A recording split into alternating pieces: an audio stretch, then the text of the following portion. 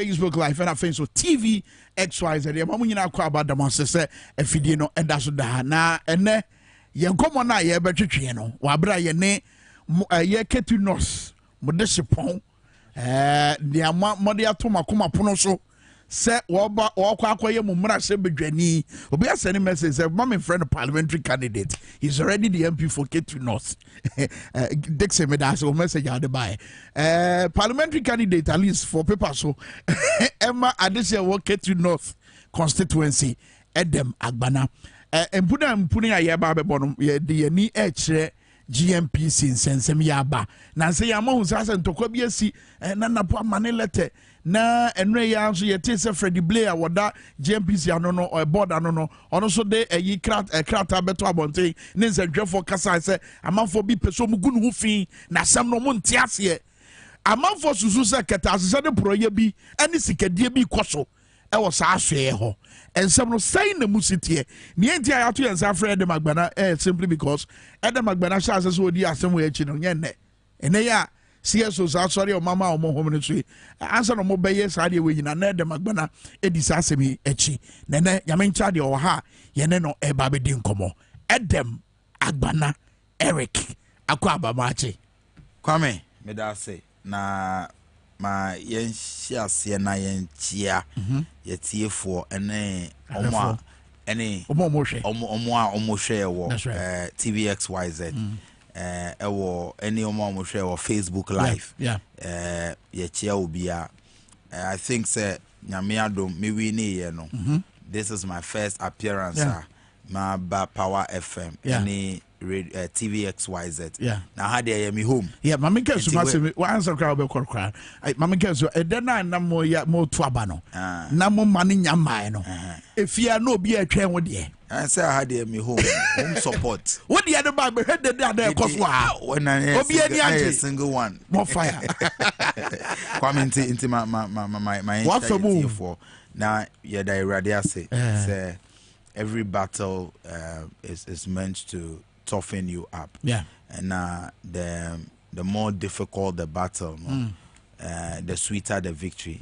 I think so me going to the elections, Nani probably region said it was how do I call it? A done deal. It was just a walk in the park. Maybe I'm catching go say it's not a walk in the park, no. They were not getting it, but results don't have indicated me say it was a difficult battle, but by God's grace, no year we need. And no karma, in all humility, and for baby or more respect for me, no about stroke a crab because people thought say it was easy, but almost say 8 people. I was the youngest, I was the least resourced, and all of that. But Namia dom ye we need, you know, or more appreciate the kind of hard work ye did call into the elections into me that will be as a Power FM and TVXYZ play key role in my victory. Kwame say me we need with 1 vote. So 1 vote. 1 vote. That's right. But when him say in my campaign rounds, at least I've met not less than 20-30 delegates. Omu catch me so omu share me omu program no so. Wow. And because of how I may articulate me views on national issues over Power FM, any TVXYZ. Because of that, wow. So I can say, those people, some of them voted because of me appearance on show and how they have consistently followed the way I me politics in the media, especially on station. I can say that you played a key role in my victory. Into me, that will be biase. So there's the text messages, the well wishes, the prayers from listeners and viewers of TV XYZ and Power FM inti omunyina ebuaya eyenya victory Prophet akwesi adwuma so and prophet Oman Atenase and many other pastors and prophets are omubuaya with prayers any all of that no Maminda will be biase I think your Thanksgiving service proper bar will mention names. Those who played a key role in the victory. But Kwame, my victory was not by my strength. Any the supporter, Munina Mudimame, and then I resulted in the victory. I'm happy to be back home. Okay, to be back home, why we simply because no, your program be near front defining moments, and true. His moment has been defined. Defining moment. Yeah, defining moment. Come on. Is it quite that when him? I will cause our pim so call him. Now, answer the be con common man because who's and crata be that when him yedi baby di jumano. Answer the be called. One said ne. What is our buying essay? Is it the IMF for 70 free SHS no? Me baby and sacremu. One. Oh, Kwame, me dear. Meka no credit na enyame nwanwa because me de bia maka wo program we suda maka wo other sister stations that say as a young man I may politics no ma follow President Akufo-Addo consistently for so many years now at least for 15 years no ma observe President Akufo-Addo so upe politician or ye very inconsistent upe politician say ochia good morning say who share the direction of the sun before we who say truly a morning and as a evening upe politician oka sema or yet the exact opposite of it a President Akufo-Addo intermediate because at the time I catch you say there was the need to review free SHS. Yeah. Not all the facts, any information available no. HRS our direction is say this program now went back on.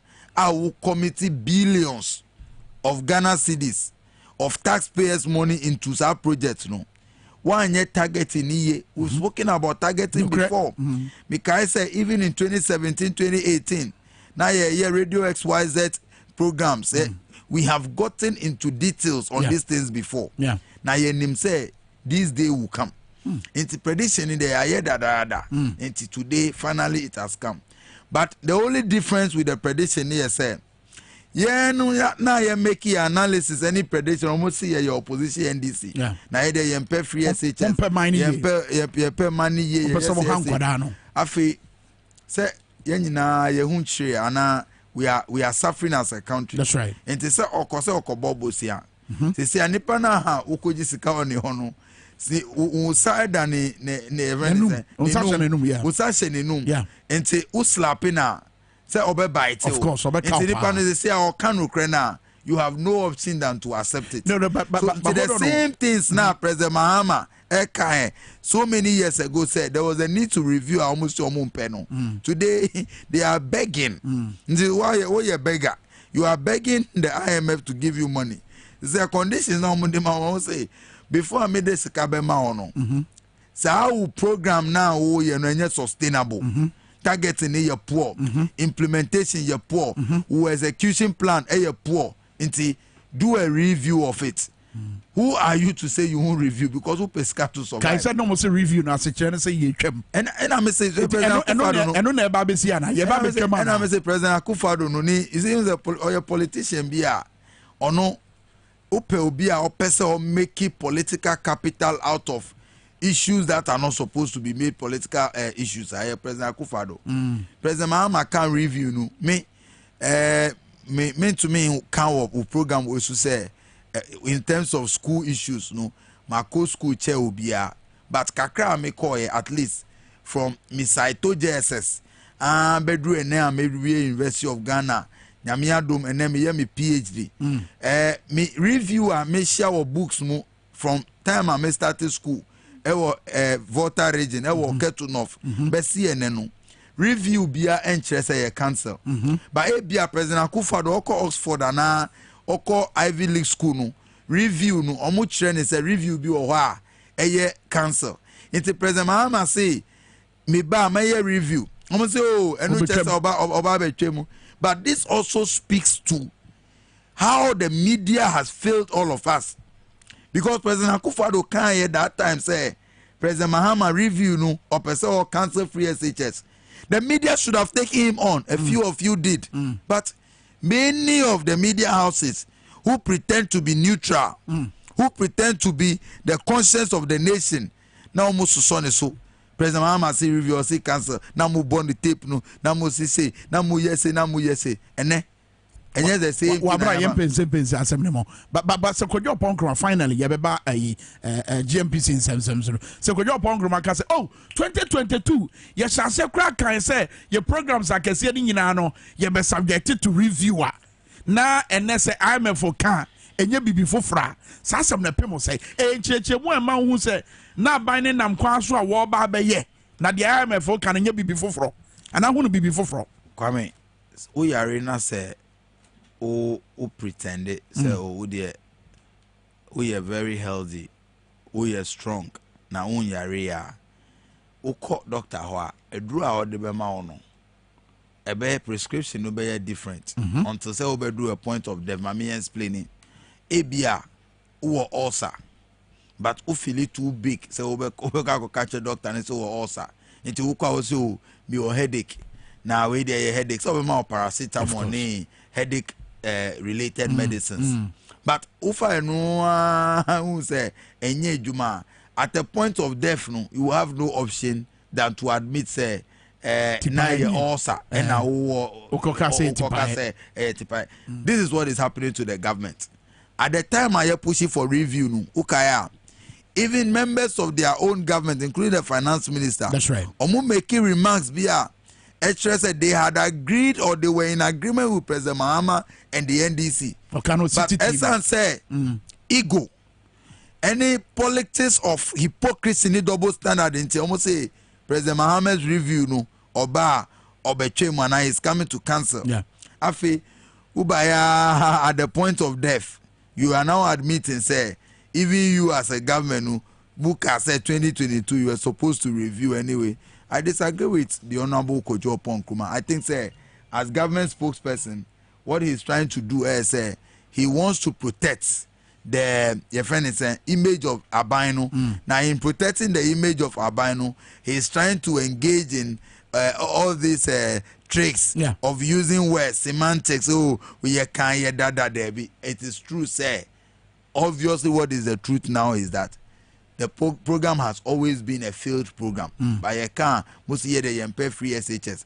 And then you have gotten to the point who could beg for Sika. Now conditionalities are one of them includes you have to review flagship program, including free SHS, that's right, which was a major target. Which was page 12 of the IMF document. On which the free SHS policy was poorly targeted. You have come back to the same point that President Mahama was making. Now President Mahama has been vindicated. Posterity will vindicate him. Yeah. And then posterity is already vindicating him. Free SHS policy in India, me personally, me happy say they have gone back to they will go back to the drawing board and review it. They should review it, target it properly. Send our education, you're being improving in terms of quality, in terms of affordability, and in terms of access. Okay. And no matter what, for Kafa, His Excellency Nanado Dankwe Kufaro, Ado, Brana Woba Bemo, and they say, well, you'll be an hot back at Sene Proya, or you'll be dear Nimu, I'm yet to make 2 ye. But obey President and MP Nessie, including near Kosu GNPC, Dr. Matthew Poku Prempo, Energy Minister, and Freddie Blay, it appears as a acquired tomamento. I say, what you church? Emuno kremun semono saying the city. Kwame, I mean, see now you establish facts. Facts number 1, I say President Akufo-Addo in the last 6 years, already president of Ghana. We can all say on authority say he is the most corrupt president Ghana has ever had. In terms of Obiawa supervising corruption scandals, President Akufo-Addo. The gargantuan amounts of money that have been lost to corruption, it is under President Akufo-Addo. Now we'll go into the details. Asema SC or GNPC no. Yeah. And then it's 26 May. Yeah. Now me a surprise and then I mean say the Honorable Freddie Blay or that's who your board chairman for GNPC. Because who are presidents are always serious about fighting corruption. Freddie Blay should have been resigning by now, and now say he should have been fired by now.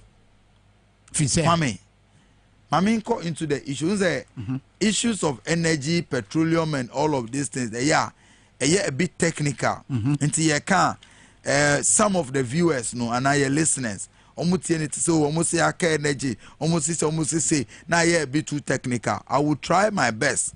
Say me breaking it down into a very simple way I believe everybody can appreciate. Sure. Into the Kwame Minkah in simple terms.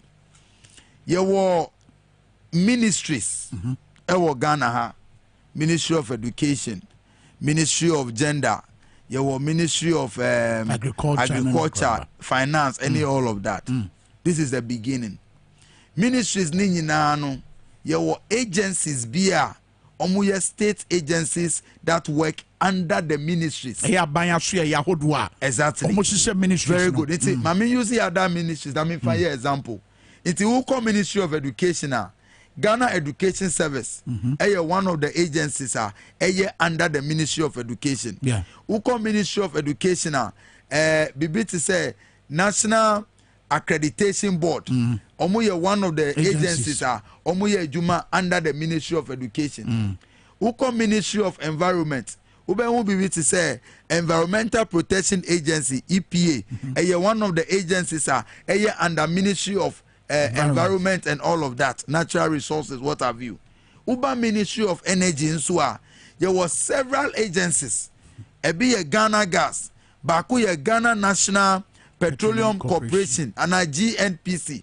That GNPC no NDC legacy is one of the legacies the likes of Chachuchi Kata, the likes of the Honorable Atua Omu established here. So Ghana National Petroleum Corporation, GNPC. You were boss, you were TOR. All of these agencies under the Ministry of Energy. It is narrowed down.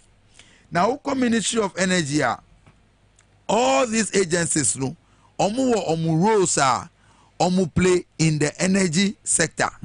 Inti ushe bibi to say agency to say Ghana National Petroleum Corporation and GNPC. Omu your friend is saying. Omu role and our responsibility largely no say ye extractive industry and ye petroleum industry no issues of who owns shares in what Ghana, those things no Juma omu NPA another agency but NPA no omu na omu ye Juma in terms of pricing of fuel price and all of that almost so different. Now, Uber GNPC, they are supposed to see to exploration. Any to say, you discover and say, Ebia, Osuha, Power FM, TVXYZ, and Yenya Fango be Waha. GNPC, belly the processes to discover, say, okay, yes, truly you have, sir, even it's a Fango, now yes, started exploration. Companies ben na yemema omu contract no na ye choose what is the percentage of ownership and all of that. That is the responsibility of GNPC. It is our GNPC no for a long time no from NDC through the other previous government, they have been responsible for this. President Akufo-Addo Baye in 2017 was appointed Papa Bia now national chairman for MPP. That's right. Honorable Freddie Blay. Now, as board chairman. Now, for all of these state agencies, no, I'm still explaining. Your board and your management. Now, board no, responsibility say they meet and discuss and I take advice keke. That's right. They say Uber Radio XYZ. Your chief executive officer. Nipa otina ha as ono ena oye the boss. But ono behind him no you want crophobia advice and then programs I say going into the next year. How do we determine salaries? Any some of those things no the board will give approval to management decisions. It's GNPC has a board. The board is supposed to play an advisory role. Now Freddie Blay no, Ora Freddie Blay, ono na oye board chairman. Now your son was CEO of GNPC. Now he used to be the a friend is Dr. KK Sapon. That's right. Sisi ano will call retirement. I think retirement on Nihobio. Into offering on President Akufo-Addo. Or Sanche, I'll say, oh, Ghana, dear. Senipa ne me family and now me friend na. Mean to me appointing into appointee gentleman bia your friend with Dankwa. Na Dankwa no, or ye the grandson of JB Dankwa, or ye President Akufo-Addo's nephew. Into only President Akufo-Addo. Omu ye related. Eye ahwene Dankwa. Dankwa. Onu na ye CEO of GNPC. Yeah. Into onu ye chief executive officer. And now we are Freddie Blay, a board chairman. Now these agencies no, what happens in every other ministry and with every other agency, I say, who receive approval from your minister. That's right. For any policy direction and our project be a woko embark on. And see, the minister for energy, Dr. Matthew Prempe Napo. Now, ono ena all have sa policy direction and now also provide policy direction to GNPC. But just on church requirement. Exactly. But something is happening. Right. And this is the scandal. Not too long ago, 2021, Ghana acquired 7% stake in oil field via Yefreno Anadako. It's 7%. So you see what 7% shares are, and which say as a country no, Ghana as a state no, sa oil field and as our field no, our muye exploration, our muye fango no, you was 7% interest. Yeah, chefe woman ye 7%. Baby you too fango. A GNPC and I hold it on behalf of the state because GNPC is a state agency. 7%. Now yeah, acquire 7% no. In some baby about leading to the acquisition and Ukraine I don't want to go there. But yeah, acquire we you know. And South Africa company a friend no Petro SA. Omo express interest say omo pay shares and omo pay say 7% na 7% na yeah. They want to have a stake in it. And Napo, Dr. Matthew Prempe, the South African Minister for Petroleum, Eco meeting. And now Mukaso, Debbie. Now, ye crano as a country and as a government, no, ye per se ye stake na ye was another no, ye too small. Into ye per se ye be reducing further by selling off part of your share no to any private investor. Okay. Into mami using Radio XYZ Power FM as an example. Into Power FM no, let's assume say wo Kwame Minkah who was 7% shares our Power FM. Na wo ne ubusiafo a mudi musika back together mudi toss 7% no. Mu decide yes 7% no can endorse. Munya yanka mwetumi anya be 10, 15, 20 and 50 cra. Iti ye munto. But na nipa bako every family mo we ka say there be. Family ni de omo ka say omo to but me de me pese me to. But sa nipa na already the negotiation no, he doesn't even have the right or the authority to do so. That is the scandal now. Aba nti ma me go into details. Dr. Matthew Prempe extra letter ma Petro SA. I'll catch you and the letters. Oh, letter no has say. Oh, me wa letters ni na wa. I'll catch you say. As a country no, they will not send or ye interested say you be reduce your stake in your friend is saying. Ye interested say this is the letter. Okay. 22nd December 2022. And Dr. Matthew Prempe as minister, ultra letter way. Yeah.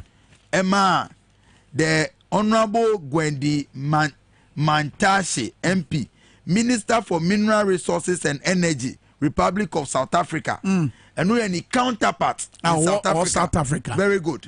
So Okachani said, I acknowledge the receipt of your letter dated 15th December 2022.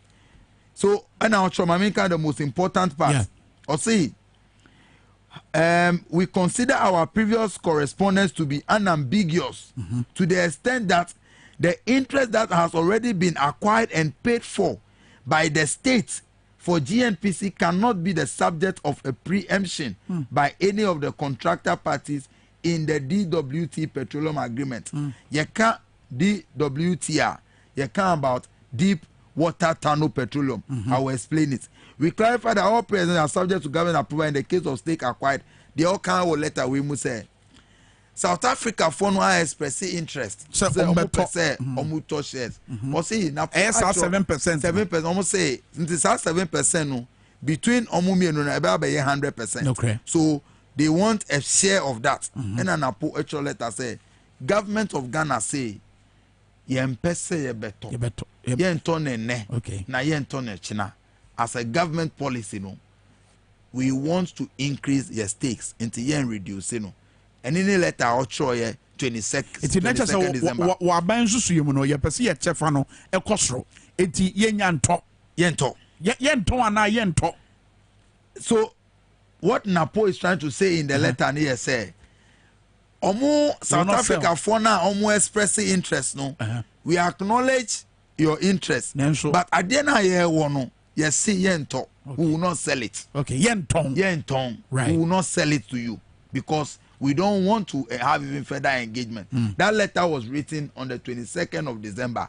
After say almost receiving one letter from the South Africa phone on the 15th of December. Okay. And now for essential letter to GNPC stating say they will not, as a government policy, no, Ghana is not interested in selling stakes now in the DWT.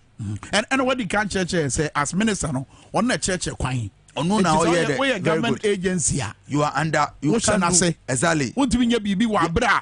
Ono no church say obetuma. Okay. Afe what is the problem? At the end I have a discussion with. Abe imagine say abra Dr. Matthew Poku Prempe or minister. Extra letters indicate say they are not interested in selling and are giving off such stakes, such shares no. Now the board chairman for GNPC, Honorable Freddie Blay, onu there, or holding different meetings or discussions. I watch your letters be Briama Petro Esefua or catch your say, onu there, he is ready for negotiations that they should come and let them sell. Or shall say yes, how do you that bay? Now, Napo knew who be. Maminka meetings. Let me start. Okay. Napo knew nothing about some meetings. Right. Because Napo there to him no. Were concluding with the South African authorities say, sir, negotiation, it must not even come on because we are not interested. Okay. One, a very unethical. Say, we are board chairman, who be having access to corporation letterhead. Now the troll letters.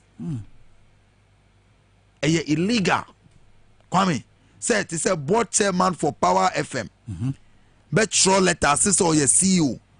On the corporation on Power FM letterhead, now assigning it is unethical. But the letter 23rd April 2023, written by Freddie Blay, board chairman, to Mr.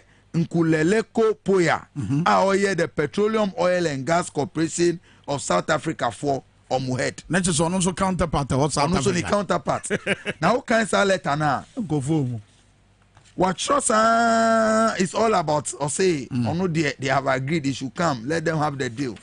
But listen to this interesting part, or say, the last but one paragraph, or say, we shall consider a long stop date of 3 calendar months from the date of this letter to reach a final sale and purchase of the equal splits in the DWT interest held by the JOHL, subject to unforeseen. JOHL say Jubilee Oil Holdings Limited. Inti equal split. See you 50-50. One wine. Only South Africa for no. Hey. Abra will minister say we are not selling. Hold on. You 50-50 as in 50 for South Africa and 50 for Ghana and I said 50 for or no. 50 for South Africa, 50 for Ghana. Because enye only personal property. That's right. Onu they want to me go into the negotiations as Freddie Blay. But the big question to ask is, what is only interest? Abra will minister say we are not selling. Now onu who pushes say you are passing behind your minister to give up the shares at a 50-50 split. obenya benefit wahi. What is only personal interest? These are the questions. Now, who be sa questions now? Answer no nyina answer another letter. Napo Etroma President Akufo-Addo. Napo Dr. Matthew Poku Energy Minister Akufo-Addo, Energy Minister. Otrosa letter no 16th May 2023. Wow. Now which letter no there also. But Minkah, the place that is very, very interesting. That's just last week Tuesday, yeah, no letter. 16th May. Last week. And last 2 weeks, yeah, 2 weeks Tuesday. Otro letter no. Now who kind of letter now? Or make very interesting revelations be inside the letter. Mami came out. In that letter, paragraph 12. Yeah. Okay, in one of the meetings in South Africa, it came to light that it is actually the chairman of GNPC who has been pushing for Petro SA to preempt the Ghana stake, which is a posture that clearly undermines government policy. Hey, Napone Kayo, South Africa, no, and a bedan when they say Freddie Blaine and I push say Mumbeton. Wow, come and buy. It will crack our trema mampe. What trema mampenina? This is a letter I address it to the secretary to the president, paragraph 12. Who kind of same letter? Or some kind say, Mr. President will note that beyond these points outlined earlier, a transaction that purportedly seeks to offload about 50% of the DW stake that GNPC already owns can be considered as a divestment of a beneficial interest of the state.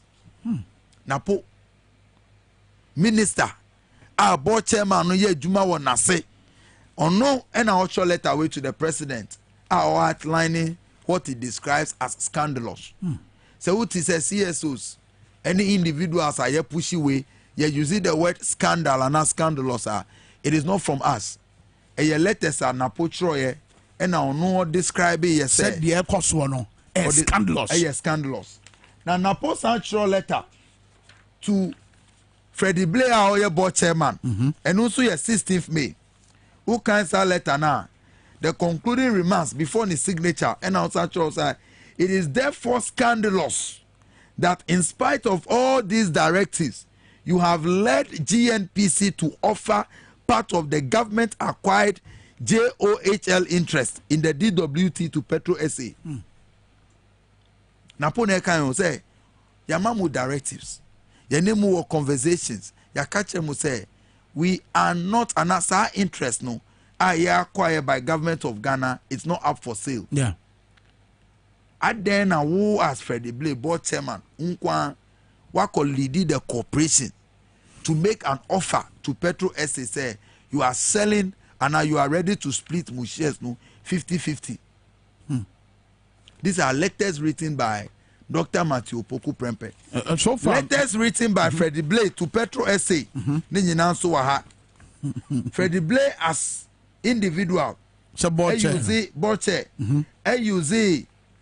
The letterhead of GNPC. And under corporate rules, no Sadia. Mistake under corporate governance. I'm a student of corporate governance. Yeah. I'm a student of governance structures. Me a public policy student.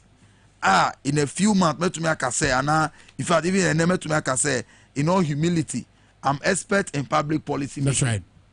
It is not right. Unethical say board chairman. Use company the letterhead of corporation. Wow. It happens in cases where board no ever functioning office, then you have a board secretary, and also a board secretary in a bachelor. Board chair. And your board chair. And see what you have now, no, at best, no. What a board chair can do is to issue memos. Now I show memo ama CEO the board resolution we have resolved say yes now a memo internal memo. Then the corporation will take it up. Now there are two more letterhead. But to see what is happening there is Freddie Blair is running the corporation as you say any personal property. Okay. And from Napo's letters and all the letters and documents it appears and it is a fact say no Freddie Blair and I'll make it that offer to Petro SA against the minister's directives, against the president's directives. Okay, but is there enough grounds? I mean, per the audio chain, also CSOs no more come home, and send careful ship, no more for say, we waste no, a being in a swa, a daddy face, I was afraid to play, what in a jumato, saying a swano. So, what's what in a jumato? Say a serious country, a yepe, say you're fighting corruption. The mere fact, crass were flouting the directives of the minister against the directives or no or making offer or no in his individual capacity or show letters a comma petro essay no enough grounds to remove him. But I'm shocked said minister now who's a BBC air cost until say it will be cost was South Africa. Say na ebedan wedi. Minister no so obika. Me to a large extent no who share letters now na po etro ya. Unless there are other communications we are not aware of. But from the letters now, Ochoya, he is so angry and frustrated, say, were indicated to the board chair on several occasions, say, stop the negotiations because who needs our power to do so? But I say, board chair, no. But that is where we also have to ask questions. Okay. Say, as Dr. Matthew Poku Prempeno, what actions did he take? Me, CSOs, last one meeting Ben Boache of ASEP or say the second or third letter from Napo should have been a letter to interdict Mr. Freddie Blay. A new view. Instead of a letter, now we are complaining about president. Now we are scandalous. That is not even enough. We should have taken steps to ensure say you're investigating and interdicting because okay Freddie Blay letters now no so trauma. Petro essay for now. Yeah. Ocho mu say after your previous meetings and engagements, meaning at the blind side of the minister, no, Freddie Blay too has been engaging Petro essay. Wow. In what capacity did he enter into such meetings? Freddie Blay about Bontia because Sanoma when you know. I mean, kind of statement to the move Kakrebo say claims. I'll say Mr. Blay claims that the allegations surrounding the supposed clandestine and scandalous sale of the so-called GNPC shares are unequivocally false. Was it there's no intention by GNPC or me as its chairman to divest 7% shareholding to JOHL, nor has there been any claim by Petro SA to acquire shareholding interest in JOHL. Such claims can only stem from an uninformed and malevolent mind. Not Freddie Blay, no, so not some work on no. Nah, me a surprise. Me a surprise. Me a very, very surprised. This is a letter written on 7th May 2023 by Petro SA. Attention to Honorable Freddie Blay. Say in the letter, no, Omuka said we write in response to your letter dated 23rd April, titled Preemption of JOHL acquisition of Anadaco interest. In this letter, Omu proceeded to even make demands of how they intend to have the procedure.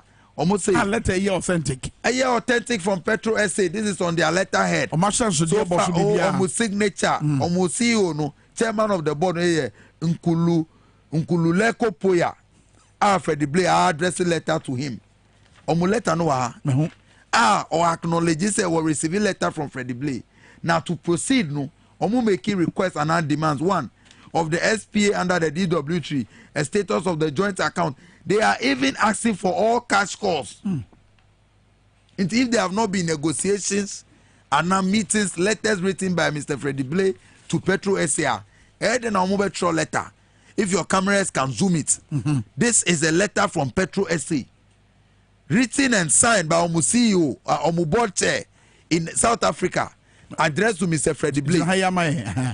Addressed to Mr. Freddie Blay. Wow. Umber out number denying this letter. Was there a time being a man for woman? Or time say it's yeah. It's Ghana.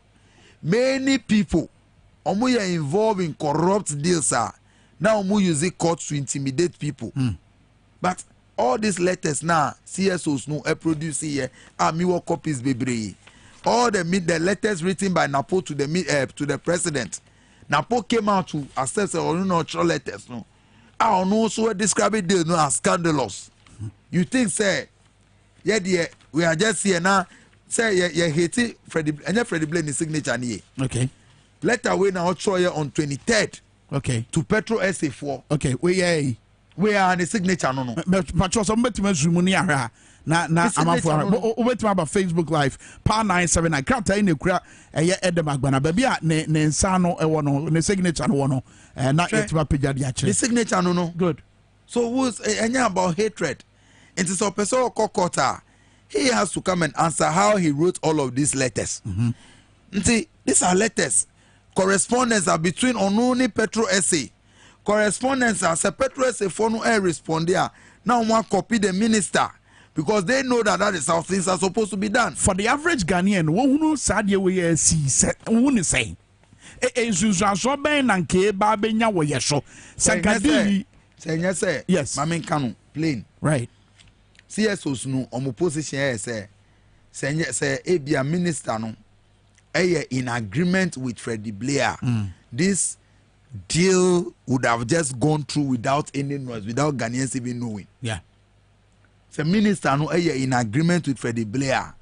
This deal would have gone through without Ghanaians knowing. Yeah. And your interest in the Anadako stakes no anka ebeba form. Yeah. And we are going to lose money because already no 7% no accrue 290 million USD. It is a split of 50% now. Monies that have already accrued to Ghana no the best fana the amount. So Ghana would have lost billions. Wow. Or millions of dollars. Wow.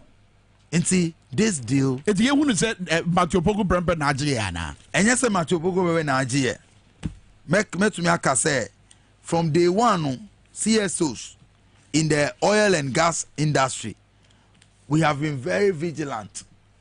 And see, even at the time, you call 7% acquisition. Almost all the CSOs buy out express discomfort with how the negotiations were done, and we felt that Ghana was shortchanged. Yeah, and almost 7% pay. Okay, into Enukrano, we have been vigilant, and now on this particular matter, to a large extent, as we were to me commend Dr. Matthew Poku Prempe, say one castle where me party former chairman into my maintenance is on one castle letters be to the president, to Petro SA, to Freddie Blaine. Now describe it as scandalous. But you see, with Professor Frimpong Boateng, Ekrata, our chairman president, fresh on our minds. A young one say, you may say it's a short period here, but a bit one by President Akufo-Addo be acting. President Akufo-Addo, me, I won't be surprised I won't act unem DNTR. My catch out that I say the CEO of GNPC, any office. This is our family and friends, no. It continues.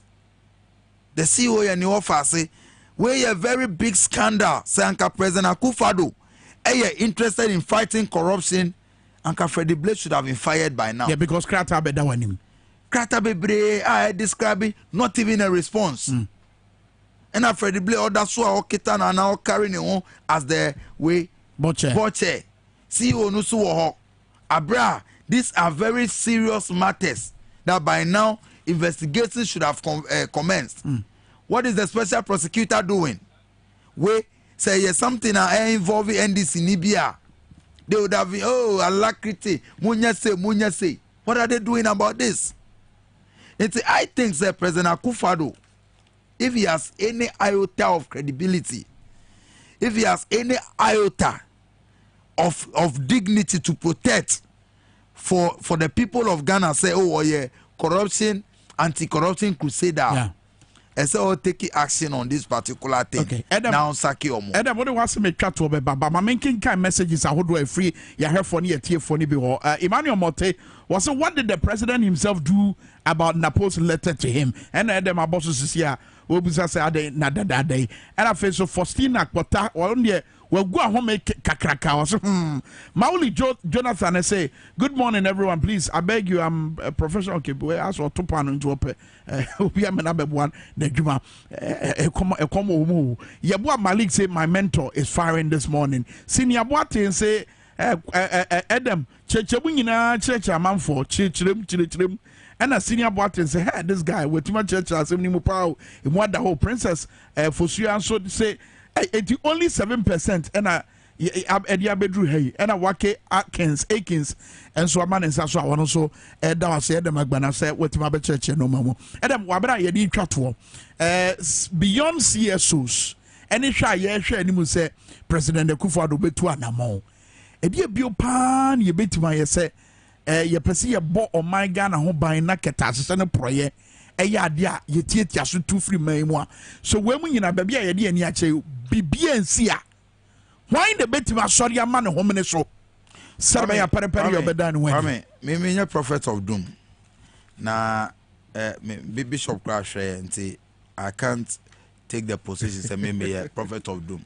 there be yanyina ye pese Ghana ye but me to position yanyina ye to me express your views and me to me catch you in a private conversation say me nyaya ka me to private jet and no crown look at how the people of Ghana stood against us President Mahama fired there we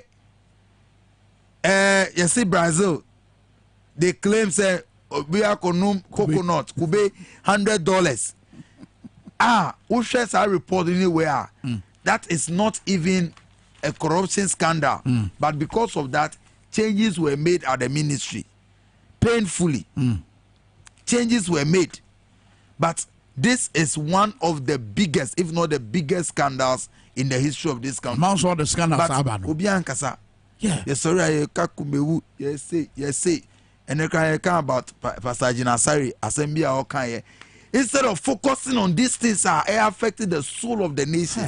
I didn't see that Mami, I didn't describe several reasons. But my main opportunity when I'm reminding NDC is 2024 no. And my young fan say you done deal. These issues are critical issues. You take steps, you enjoy the internal wranglings. Then take steps. Let the people know the truth. And then a lot of people here what is going on with this GNPC energy. It appears like just a normal technical talk to a lot of people. Go into the markets. Let the market women know say hard store and sweat no. Sikana yedi invest in GNPC. Turning over 300 million USD every year no. 2 people over there with a few people. Say I can't board now. I can tell you on authority. Say Nkrofobi as members of the board. Tuesday me call sister station me call me. There are people who belong to the board who were not even privy to these letters that were the blue routes. Kwame, me say what is happening in Ghana no. I say yes sorry. Wow. Now as a party no so let's understand say the media most of the media houses are failing us. They are failing the people of Ghana. It's yen taking the fight to the street ourselves. Very well. Simon, organize a town hall meeting, project these letters. Man, Crawford say, taxi driver no, taxis be this is it is ending up in people's pockets. Very well. And the CSOs no so beyond press conferences. They should do demonstrations. More fire. They should do public protests. More fire. They should do whatever picketing. And the NDC, no, it was not just press conferences. My pressure. And then there are gargantuan scandals, big scandals. That now, show me. Adam, Yabrana, me that's a pan obre, and akoma paso what we the church and say we mo. I'm back at of that. Yan next weekend, remember. I'm back at a lot of fans. Ketu North. Ketu North, I did say in the head and we want to say. Next weekend, remember, more fire. I was your father, you do see Dwaboase Power 97.9 and a TV XYZ.